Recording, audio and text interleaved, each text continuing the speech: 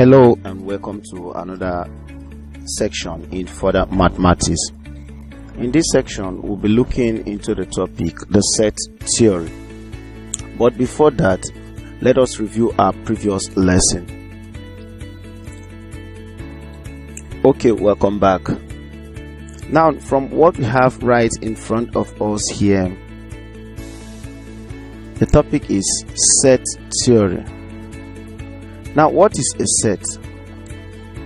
A set simply means a group or collection of a well-defined objects or numbers. Example, collection of books, cooking utensils, and so on. Now, let's go into further explanation of what a set is. If you pick up your books, your English notebook, your maths notebook, your let's also say your further maths notebook, your chemistry notebook, your physics notebook, if you bring them all together, they make up your total number of books that is required for you to take to school. Now, those things are called your set of books needed for you to go to school each day. So one of the things you need to know about a set is that all the materials and elements needed should be similar. For example, if you pick up a book, a car, a building, water, what else, a face cap, a wristwatch, a knife, plate, a pole, you bring the sun, and maybe you just bring a laptop, a generator like cement. It's not a set because you can't define this thing as a set of material for a particular thing. For it to be a set, something should be similar between them. Their uses should be very close and similar to each other. So like when we talk about cooking utensils, you know that they are used for cooking. You talk about the knife, the plate, and so many other things that is required for one to cook. So that's one thing about a set. Now, we said a set is denoted with a capital letter such as P, Q, and R, etc. Why? Small letters are used to denote the elements. Example, A, B, and C. Now, if I say a set of books, I might decide to say the set of books and I'll write it this way. Let me put it down here. Set of books. I'll not write let B be the books. So my set will now be, let E stand for English, Maths, G for Geography, Biology. Now you can see what's going on. The set itself, being the set of books, is written in capital letter, while every other element that makes up the set is actually written in small letters. You don't write elements of a set in capital letter and you end up writing the set itself with small letter. It is not usually allowed. Now, these are the elements or members of a given set. Now, you call the components of a set, or those things found inside a set, you call them elements. So you say this is elements, elements, elements, and element, and each of the elements is separated from the next element with a comma. Look at a comma. If you write 1, 3, 5, 7, 11, this is how the elements of a set are being written. Now, if you present it in this manner, then you have a well-defined set. But the good thing is always know the elements or the members that makes up that particular set. For example, if I tell you to write down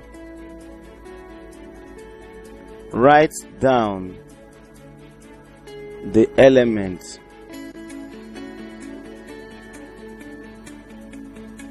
of each set.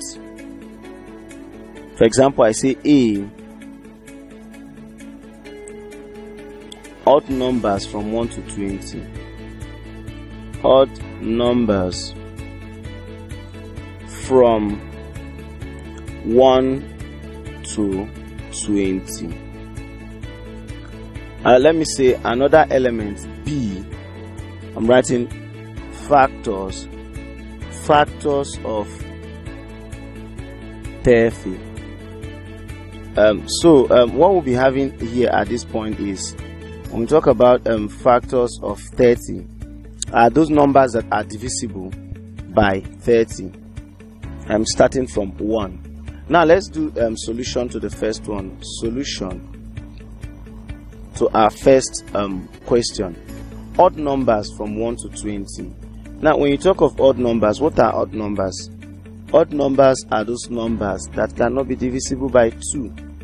So we have 1, we have 3, we have 5, we have 7, we have 9, we have 11 continuously. That is what we call odd numbers. So our A will now be equals 1, 3, 5, 7, 9, 11, 13, 15, 17, 19.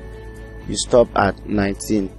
That is our odd number from 1 to 20.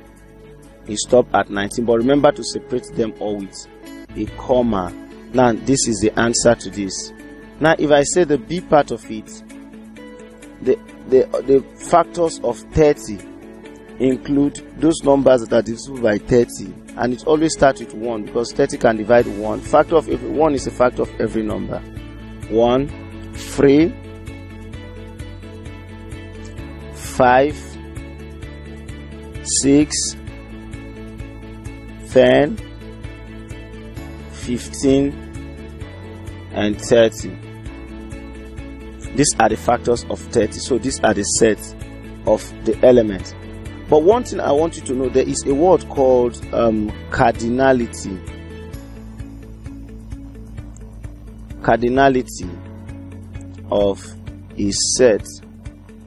Now when you talk about cardinality of a set, it talks about the number of elements that you have in that particular set. For example, in the first set here, how many members are here? 1, 2, 3, 4, 5, 6, 7, 8, 9, 10. So the cardinality of A is written with the letter N. The cardinality of A, or you can still call it the number of elements in A, is equal to 11. So that is just the meaning of the word cardinality, number of elements or members in that set. So with this, you believe me that the cardinality of B is equal to, let's count, 1, 2, 3, 4, 5, 6, 7. The cardinality of B is equal to 7. So with this, if I should tell you to list the members or the numbers of the following set,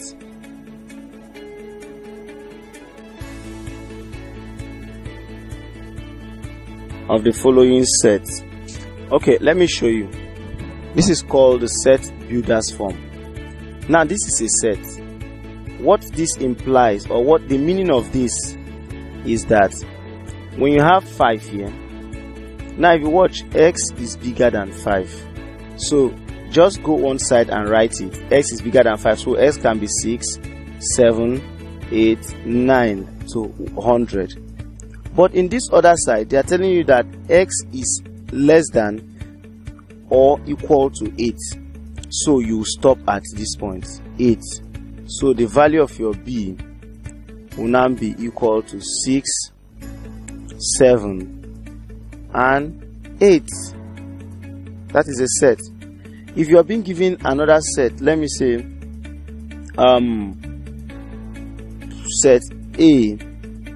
set A being equal to 0 x